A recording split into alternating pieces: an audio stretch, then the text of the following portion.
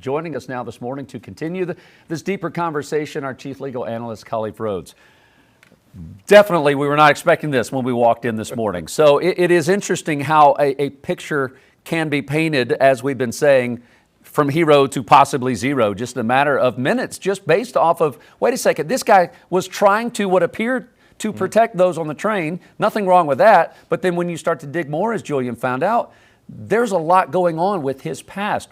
When you come in this morning as an attorney, what red flags, what bells are going off? Well, two things could be right at the same time. You can be a hero with a checkered past. I mean, that's the cleanest way I can look at this. I mean, everyone that was there that day in that moment when it happened recognized that this individual was a hero. He potentially saved lives, saved individuals from getting harmed by someone that was threatening imminent fear of bodily harm to him and to other people. And so I can look at that and set them aside and set aside the other things that he is alleged to have done now going forward.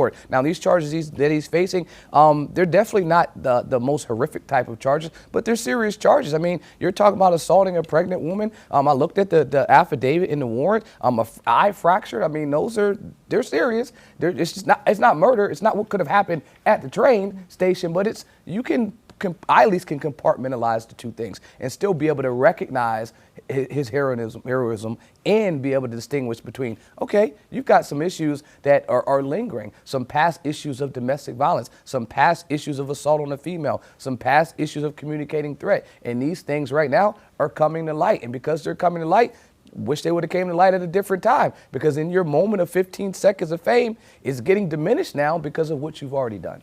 And so, as Julian pointed out, at the time that this light rail stabbing happened, Dobie was out among us as a wanted man. So those warrants were issued on October 19th. How does that process usually work out? It's not like, you get a notification on your phone, hey, there's a warrant out for your arrest, but it's usually police come to your door and find you, right? Yes and no. I mean, so what the warrant says is that it authorizes any law enforcement agent, a sheriff, a deputy, a CMPD officer, any officer, if they come into contact with you, then they have an obligation. They are required to arrest you. And so if these warrants were out at the time when this was occurring, and they at least took him to the hospital, they're not running a background check to say, well, let me check for warrants for this guy. I mean, someone could have or they may have, but that's not typically going to occur. Now, if it would have been, say, for instance, a DWI or you got in an accident, yeah, they're going to do a check at that moment and say, hey, you got some outstanding warrants, and then they would have arrested him. But because he was, by all accounts, looked at as the person that wasn't an aggressor, that was a hero and saved people,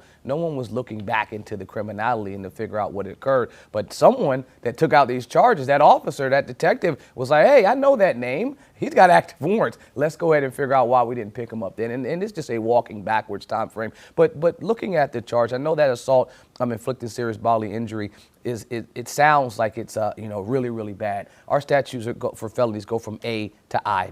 A being the highest is homicide, and I being the lowest, like simple possession. And so when I looked at the document, it's in there incorrectly. It's under 14-32.4, which is assault inflicting serious bodily injury for strangulation. So if it's strangulation, it would be enhanced to F, but it's an H. So this is a lower level felony. I mean, there's no active time potentially connected with this. And that's the most serious charge that they have. And that's why, again, not diminishing any assault on any female at all, but this is in terms of our criminal statute, one of the lowest types of things you could do on the felony side. In the recent months, North Carolina has passed Arena's law over Arena Zarutska, who was stabbed months ago on Charlotte Light Rail. Now we have another stabbing.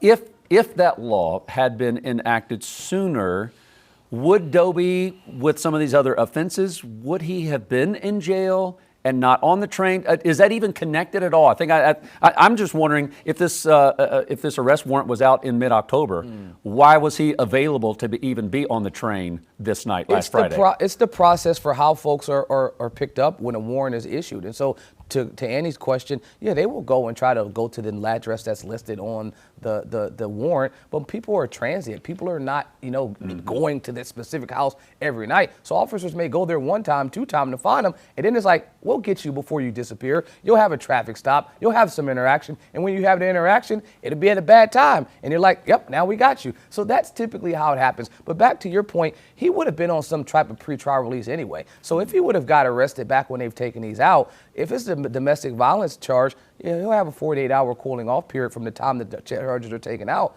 But then at some point, a judge must issue conditions for release. And that's the issue that I have with this notion of public safety. We have to understand what our laws say. We don't have detention statutes in our state. And so a person like this facing mostly misdemeanor charges and one felony is not sitting in jail. Yeah. Even under the worst conditions, with a judge that really just doesn't like these facts, is probably setting a $25,000 bond, maybe $50,000 on something like this. And so that's why I would say that even if today's law was enacted, if he was arrested today, he would have to wait. He'd have to wait that 48 hours, and then a district court judge, would set a bond.